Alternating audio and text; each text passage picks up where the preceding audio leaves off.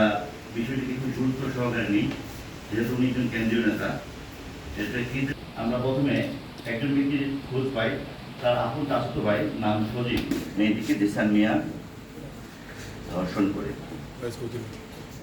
শারীরিক সম্পর্ক করে এক পর্যায়ে মেয়েটি অন্তঃসত্ত্বা বা প্রেগনেন্ট পূর্বক বাচ্চা নষ্ট করার জন্য চাপ প্রয়োগ করতে থাকে। জানের ভয়ে বাচ্চা নষ্ট করতে রাজি হন।